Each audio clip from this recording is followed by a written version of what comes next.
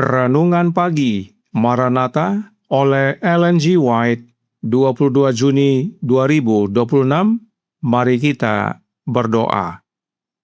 Bapa kami yang di sorga, Allah pencipta langit dan bumi, laut dan segala isinya, Allah yang maha besar, maha kuasa, sumber segalanya, yang kami sembah selalu melalui anak-Mu yang tunggal, Yesus Kristus.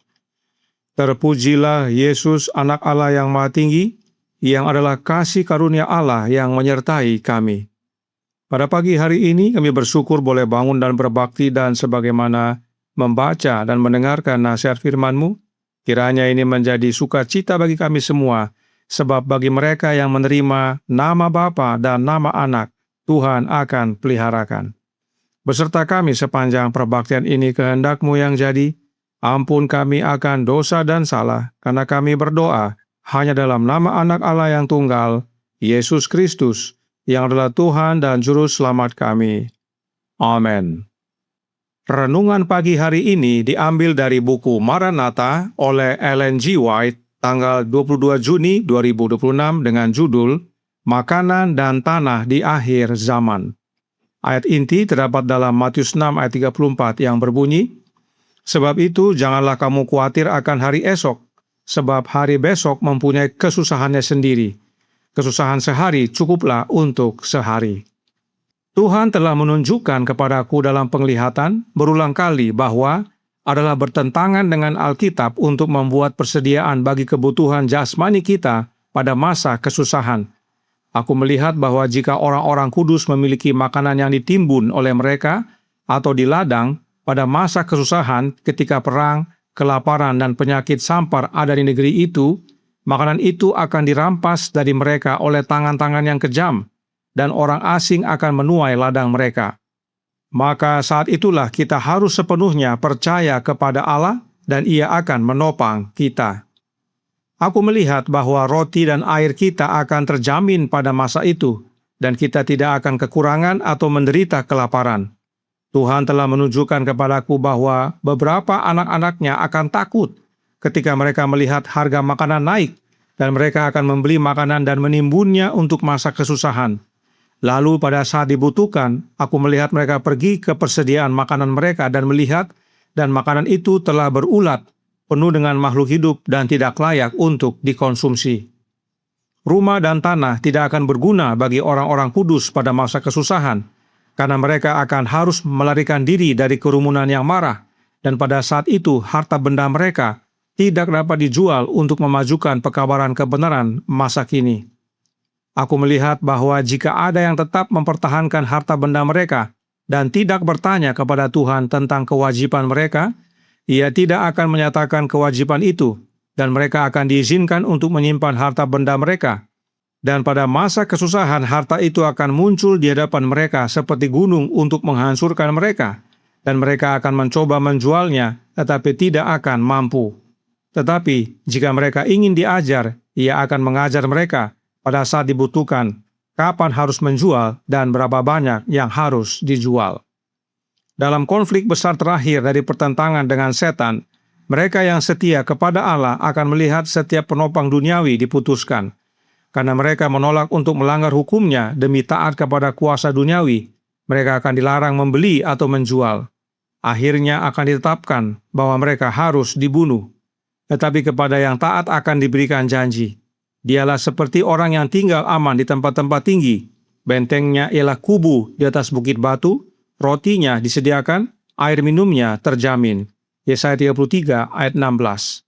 Dengan janji ini, anak-anak Allah akan hidup. Demikianlah pembacaan renungan pagi pada pagi hari ini. Terima kasih dan Tuhan Yesus memberkati. Selamat pagi saudaraku dalam Tuhan. Bagian pertama renungan pagi hari ini diambil dari tulisan Nyonya White yang menceritakan tentang penglihatan yang Tuhan berikan kepadanya. Izinkan saya membacakan beberapa cerita penglihatan yang Nyonya White terima sebagai backdrop untuk renungan pagi hari ini. To those who are receiving the seal of the living God, tanggal 31 Januari tahun 1849 paragraf 6 dikatakan, "Aku telah melihat kasih sayang Allah yang begitu besar kepada umat-Nya.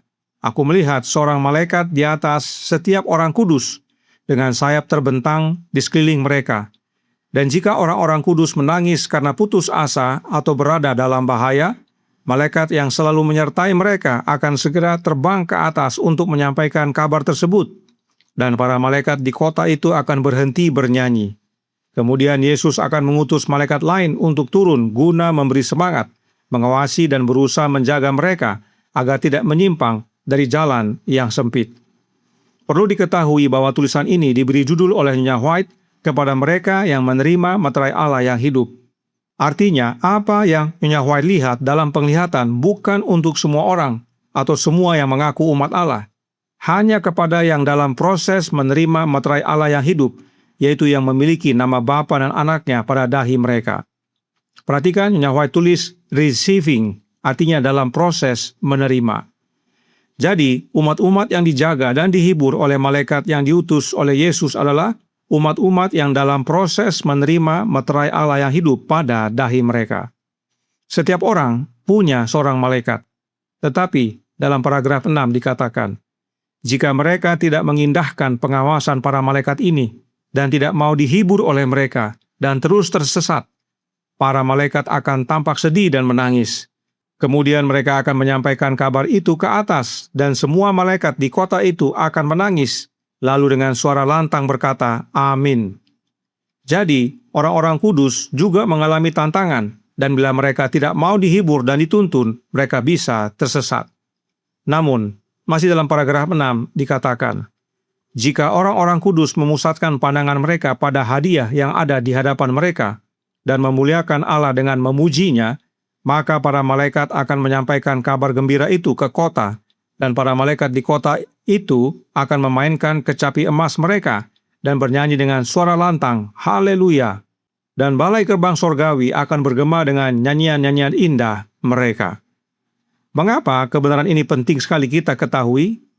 Karena dalam tulisan yang sama, yaitu dalam paragraf 9, Nyonya White tuliskan, selama 2 tahun terakhir, Tuhan telah menunjukkan kepadaku dalam penglihatan berulang kali bahwa adalah bertentangan dengan Alkitab untuk membuat persediaan bagi kebutuhan jasmani kita pada masa kesusahan. Aku melihat bahwa jika orang-orang kudus memiliki makanan yang ditimbun oleh mereka atau di ladang pada masa kesusahan ketika perang, kelaparan, dan penyakit sampar ada di negeri itu, makanan itu akan dirampas dari mereka oleh tangan-tangan yang kejam dan orang asing akan menuai ladang mereka. Maka saat itulah kita harus sepenuhnya percaya kepada Allah dan Ia akan menopang kita. Inilah yang dikutip dalam renungan pagi hari ini.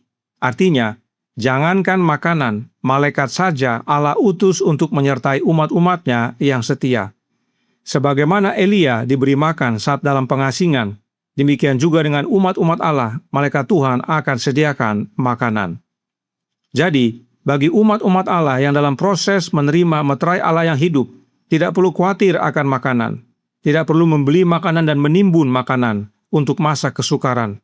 Dalam masa kesukaran, Allah sediakan makanan bagi umat-umatnya, sebagaimana Allah sediakan makanan kepada Elia.